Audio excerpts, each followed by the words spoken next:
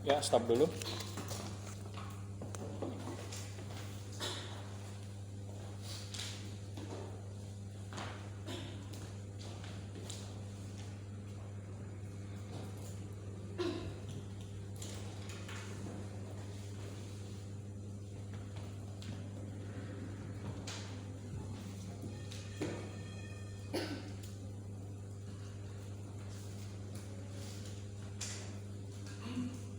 Nah, dalam pertemuan kali ini, kalau kita bicara mengenai pelatihan yang diadakan perusahaan, baik itu perusahaan yang bergerak di bidang jasa maupun perusahaan yang menghasilkan barang, maka setiap pelatihan yang diselenggarakan perusahaan haruslah efektif. Efektif di sini adalah mencapai suatu tujuan dan nilai sasaran, di mana pelatihan tersebut harus membawa perubahan terhadap kemampuan, keterampilan, dan keahlian pekerja, sekaligus meningkatkan nilai pengetahuan dan membawa perubahan terhadap kompetensi atau keahlian khusus dalam bidang pekerjaan, sehingga nantinya para pekerja dapat meningkat dalam produktivitas kerjanya maupun dalam pencapaian prestasi kerja. Untuk itulah, maka ketika suatu perusahaan memutuskan dalam pelatihan, keputusan dalam pelatihan itu harus terlebih dahulu dilakukan analisanya. Dengan apa? Dengan maksud dan tujuan perusahaan harus dapat melakukan analisa dalam mengikuti siklus atau proses di dalam pelatihan, di mana kita tahu proses di dalam pelatihan ini dimulai dari A, D, B, I, E, yaitu analisis, lalu design, development, implementation, dan evaluation. Di mana kita sudah membahas tentang analisis dan juga desain, dan sekarang kita akan membahas mengenai development. Nah, development ini adalah tahap selanjutnya dari proses analisis yang dilakukan perusahaan akan keputusan pelatihan yang akan dilakukan perusahaan yang nantinya akan dilaksanakan. Nah, bicara mengenai development berarti apa? Development berarti upaya yang dilakukan oleh perusahaan dengan adanya proses dalam melakukan kajian, analisis, dan juga untuk mengembangkan terhadap pelatihan yang telah nantinya akan diputuskan. Untuk apa? Meningkatkan nilai dalam pelatihan, membawa perubahan terhadap nilai efektif dalam pelatihan. Yang ketiga, meningkatkan nilai sasaran dan pencapaian tujuan dalam pelatihan. Yang keempat, dengan adanya development dapat meningkatkan daya tarik dalam pelatihan, sehingga dapat meningkatkan minat terhadap peserta pelatihan. Yang kelima, dengan adanya development berarti apa? Lebih terfokus terhadap pencapaian hasil pelatihan yang membawa perubahan terhadap pekerja, baik itu terhadap pencapaian KSAO-nya, baik maupun terhadap pencapaian kompetensi atau keahlian khusus dalam bekerja.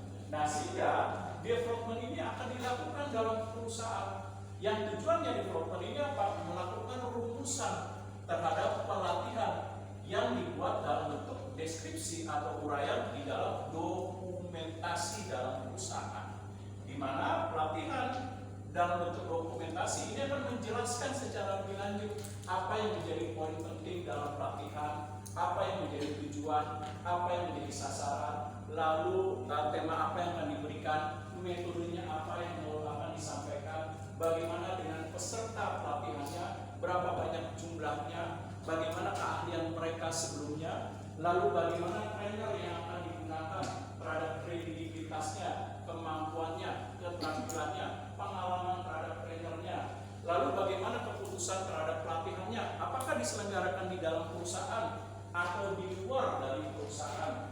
Lalu dalam development ini juga berapa lama waktu yang akan dihabiskan dalam pelatihan. Nah, apakah pelatihan itu nanti menghabiskan waktu yang cukup panjang seperti outdoor yang menghabiskan waktu beberapa hari, ataukah cukup pelatihan yang diselenggarakan dalam perusahaan cukup 1 hari penuh. Nah, oleh sebab itu nanti dalam development akan diuraikan dalam bentuk dokumentasi. Nah, dokumentasi dalam development ini apa? Berisi tentang berbagai petunjuk-petunjuk atau boleh dikatakan petunjuk yang akan memberikan bagaimana pelatihan itu akan dilaksanakan, termasuk dalamnya menjelaskan mengenai strategi dalam pelaksanaan pelatihan. Nah, untuk itulah maka dalam development ini nanti menjelaskan mengenai apa? Yaitu adanya instruksi. Nah, instruksi strategi. Nah, instruksi strategi ini apa? Menjelaskan berbagai hal-hal yang penting di dalam pelatihan, termasuk fasilitas, sarana, lalu metode, lalu materi yang akan dibagikan, dan lain sebagainya. Lalu juga menjelaskan mengenai objektifnya, apa yang menjadi nilai sasaran, tujuan dari pelatihan yang diselenggarakan, apa yang ingin dicapai, bagaimana peningkatan nilai KSA-nya, atau sering juga disebut KSAO-nya, knowledge, skill, dan attitude. Perubahan apa yang ingin diharapkan dalam hal itu. Nah, ini akan diuraikan di dalam objektifnya atau pencapaian dalam pelatihan. Lalu poin-poin apa saja yang hendak dicapai dalam pelatihan tersebut. Misalnya, pelatihan public relation berupa keterampilan dalam presentasi, maka poin-poin apa saja yang hendak dicapai? Misalnya, kemampuan dalam membangun suasana presentasi pertama. Yang kedua apa? Kemampuan dalam hal membangun komunikasi interaktif misalnya. Yang kedua, penguasaan terhadap materi, poin-poinnya. Yang keempat, misalnya penguasaan dalam hal menciptakan feedback atau umpan balik dalam pelatihan public speaking. Lalu bagaimana membangun misalnya dalam presentasi public speaking, bagaimana membangun suasana yang tidak menyenangkan ketika ada peserta yang menimbulkan hambatan, bagaimana mengatasinya. Nah, ini poin-poinnya nanti akan diuraikan. Nah, di dalam development. Lalu dalam hal development juga menjelaskan materialnya. Materialnya ini bicara apa sih? Namanya material itu berbagai hal yang mendukung dalam pelaksanaan pelatihan. Seperti alat peraga apa saja sih yang dibutuhkan? Nah, apa saja alat peraga yang dibutuhkan yang dapat mendukung dalam pelatihan? Nah, ini akan diuraikan di dalam development.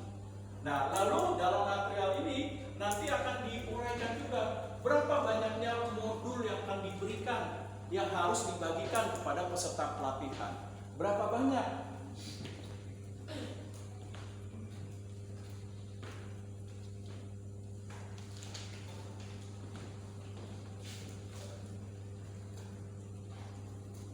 Nah, selanjutnya dalam pengembangan development juga harus menjelaskan mengenai equipment-nya.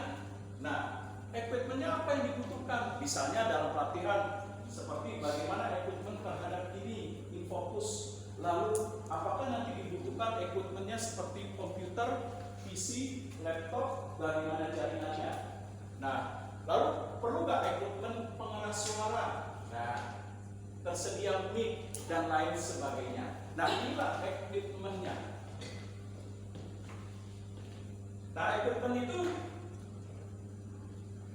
nanti akan diuraikan dalam development.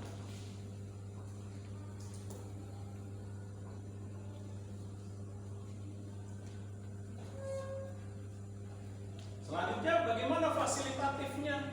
Fasilitas apa sih yang diperlukan dalam pelatihan? Seperti misalnya, bagaimana fasilitas apa yang disediakan? Perlu nggak nanti menyediakan fasilitas seperti makan siang? Apa yang disediakan dalam makan siang?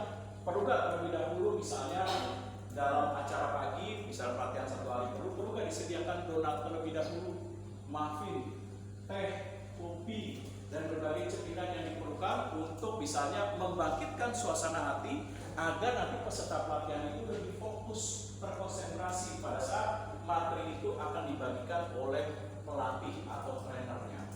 Nah, bagaimana fasilitasnya? Apa yang akan disediakan? Nah, ini harus diuraikan.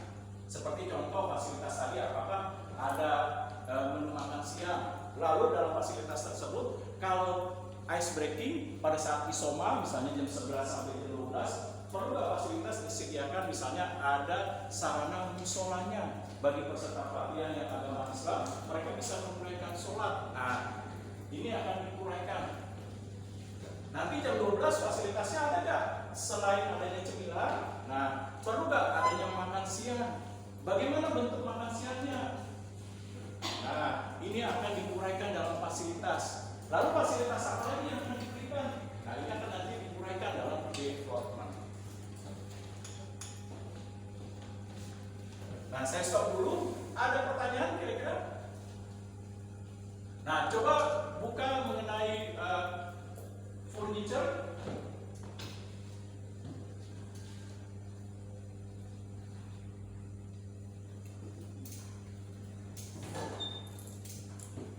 Nah, selanjutnya dalam development harus juga menjelaskan dan menguraikan bagaimana training rooms. Training rooms itu apa? Kondisi ruang yang akan digunakan dalam pelatihan. Seperti apa desainnya, tata letaknya, seperti tata letak meja, kursi, lalu hiasan lukisan, bagaimana pencahayaan, kondisi ruang pendingin seperti apa, lalu apakah nanti ruang tersebut untuk kapasitas yang besar dalam pelatihan. Kalau kapasitas yang besar berarti fasilitasnya training roomnya bagaimana untuk pengeras suaranya.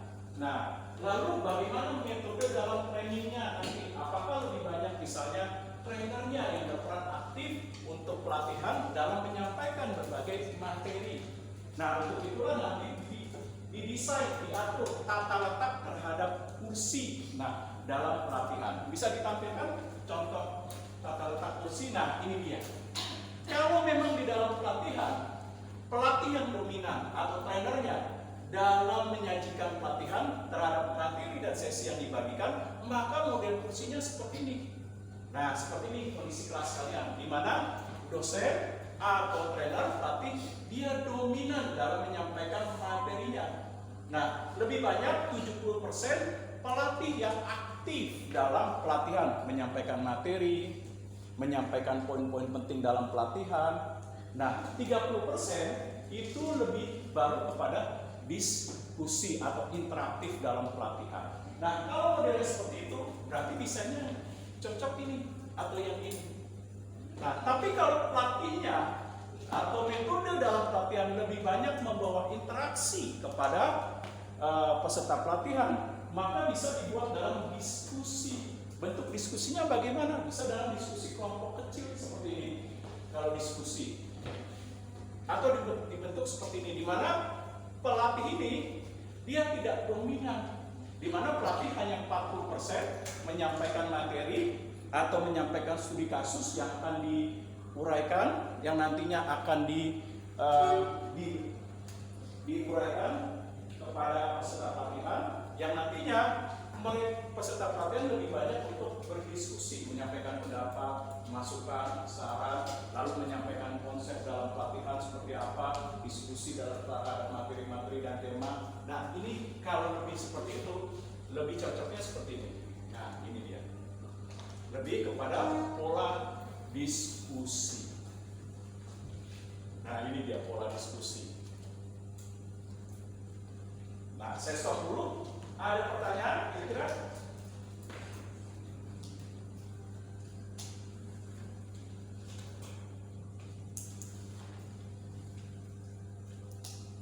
Kalau tidak ada, maka saya lanjutkan. Nah, di dalam development ini perlu juga memikirkan mengenai trainernya.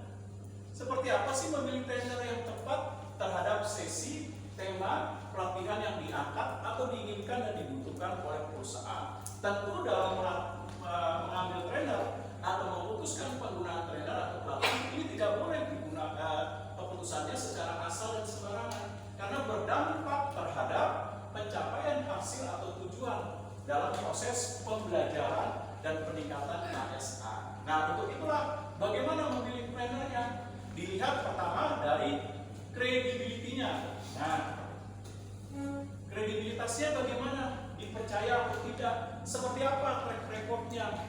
Berapa banyak pelatih telah mengadakan pelatihannya? Nah, lalu dilihat dari kredibilitasnya. Kedua, dilihat experience-nya. Nah, bagaimana experience-nya? Pengalaman-pengalaman dia di dalam melatih. Apa penguasaannya dalam bidangnya? Kompetensinya apa?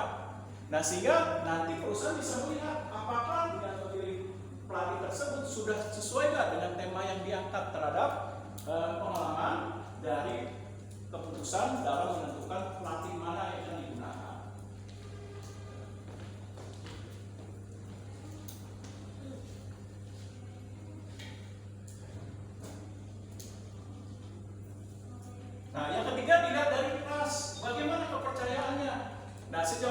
pelatih telah mampu meningkatkan kepercayaan terhadap publik. Nah, sejauh mana dia mampu meningkatkan kepercayaan terhadap publik terhadap jasa-jasa yang telah ditawarkan di dalam pelatihan. Nah, ini bisa dilihat dari tingkat trustnya. Sejauh mana tingkat trustnya dalam pelatihan tersebut.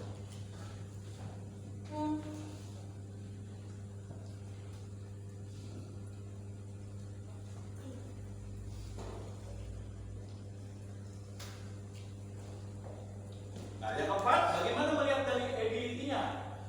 Tingkat kemampuan, keterampilan, keahlian, penguasaan terhadap suatu bidang pelatihan dalam tema-tema yang diangkat. Nah, ini akan menentukan perusahaan harus bisa mencermati dengan baik terhadap pelatih yang akan dipilih dalam melaksanakan pelatihan.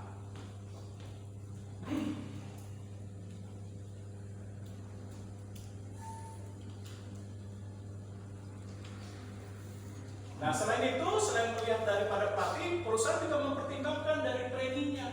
Trainingnya apa? Melihat dari peserta pelatihan. Nah, seperti berapa banyak jumlahnya dari peserta pelatihan tersebut. Nah, lalu dilihat apakah peserta pelatihannya tersebut untuk karyawan, untuk manajer, untuk pimpinan. Nah, lalu pengembangan kemampuannya bagaimana? Apakah untuk kemampuan yang middle, ataukah kemampuan yang untuk advance, ataukah kemampuan untuk yang baru? Misalnya pemula baru bekerja, fresh graduate bagaimana? Nah, ini harus dipertimbangkan dari trainingnya supaya menyajikan pelatihan tersebut bisa sesuai dengan sasarannya. Nah, ini dia.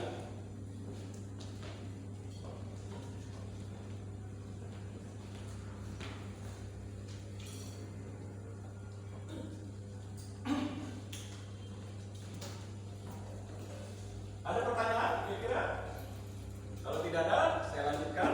Nah, namanya pelatihan yang akan diselenggarakan. Untuk itulah perlu dalam siklus dan proses di development nanti perlu untuk memikirkan bagaimana refreshment-nya. Apa yang diperlukan dalam refreshment? Kalau pelatihan itu diselenggarakan 1 hari penuh, katakanlah misalnya dari jam 8 pagi, selesai maghrib jam 18.00.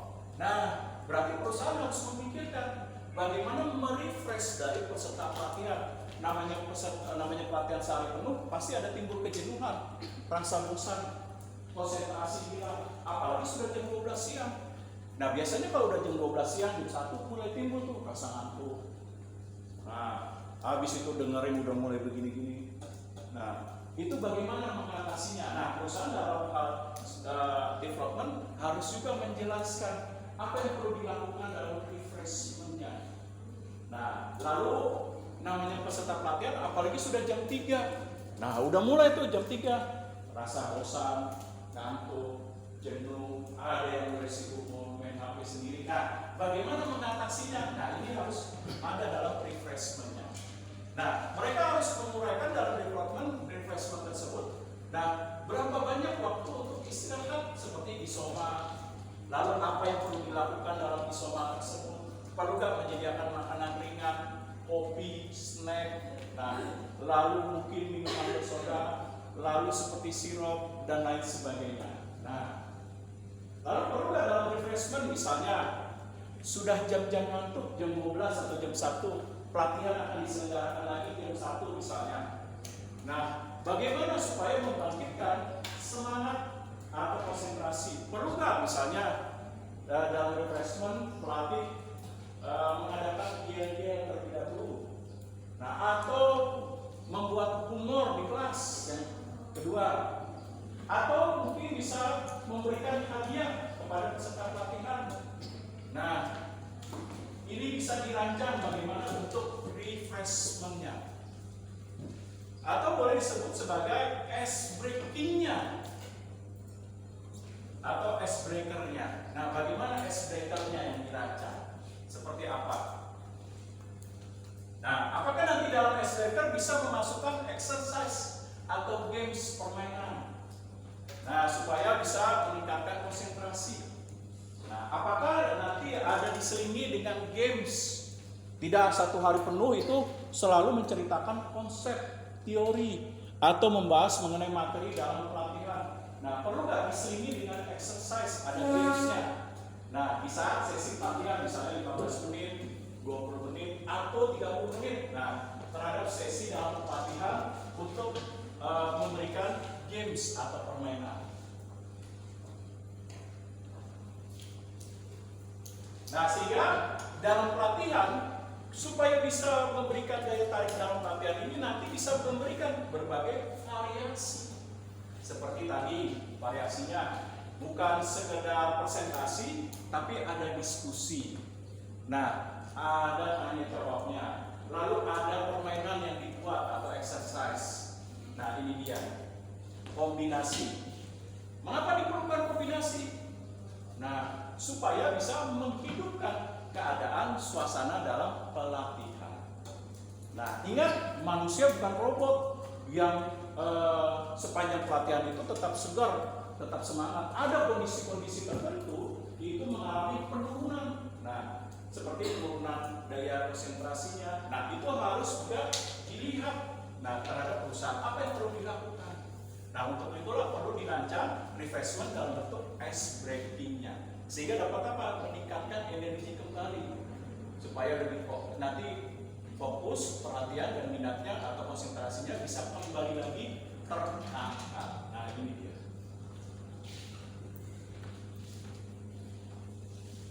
Nah, saya stop dulu. Ada pertanyaan kira-kira? Nah, pelatihan itu tidak hanya untuk perusahaan besar atau big company. Nah, tapi kalau untuk perusahaan skala kecil atau small business bagaimana? Ketika ingin melakukan development terhadap upaya keputusan pelatihan dan pelaksanaan. Nah, tentu berbeda. Kalau perusahaan besar relatif lebih mudah untuk melakukan development. Kenapa? Sistem sudah ada, sumber daya manusia mereka sudah punya. Lalu apalagi pendanaan, udah namanya perusahaan besar, pendanaan alokasi dana mereka sudah lebih baik.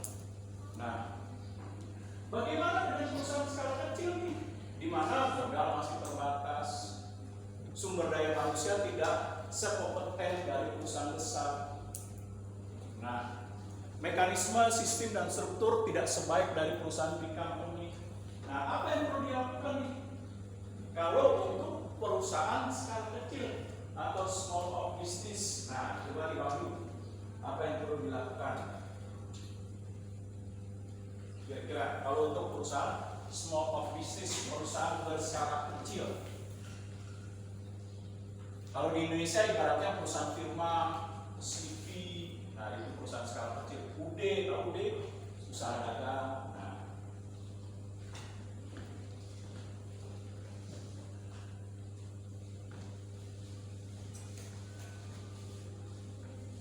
atau PT, tapi PT-nya belum PT, belakangnya ditulis TBK. Nah, masih PT-nya PT titik. Nah, itu kan masih perusahaan skala kecil. Kalau perusahaan skala besar itu biasanya ada tanda. Nah, namanya belakangnya TBK. Nah, berarti dia sudah go public nih nilai modalnya yang sudah diperjualbelikan untuk masyarakat dalam bentuk saham. Tapi kalau PT aja PT titik. Nah, ini masih perusahaan berskala kecil. Nah, belum terbuka, belum TBK. Nah, kalau perusahaan masih small, apa yang perlu dilakukan nih Wahyu? Kayak firma, CV, PT, PT-nya masih PT tertutup yang masih dikelola secara perseorangan atau dimiliki oleh kolega, keluarga, atau family. Nah, bagaimana? Oke, pertama kita bisa menyesuaikan dengan kemampuan perusahaan. Nah, artinya dalam merancang development harus fleksibel. Nah, lalu apalagi tentukan nilai prioritasnya. Nah, kita bisa selanjutnya modifikasi dalam development. Atau yang dijelaskan dalam slide, kita bisa menggunakan konsultan. Nah, apabila tidak tersedia sumber daya manusia yang memadai dalam perusahaan, untuk melakukan development, kita bisa menyewa konsultan atau menggunakan konsultan untuk membantu dalam hal mengembangkan pelatihan dan melaksanakan.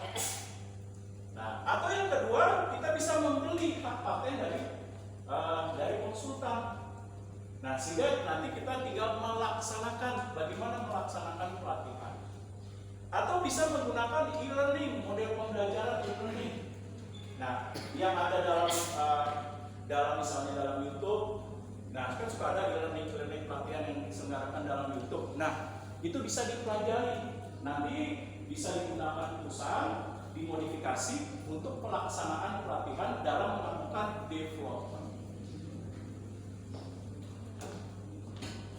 Atau yang ketiga, atau bersifat meminta peserta pelatihan untuk membaca buku tertentu atau pelatihan tersebut diselenggarakan dalam bentuk memberikan buku petunjuk terhadap pelaksanaan pelatihan dan sesi yang akan diberikan.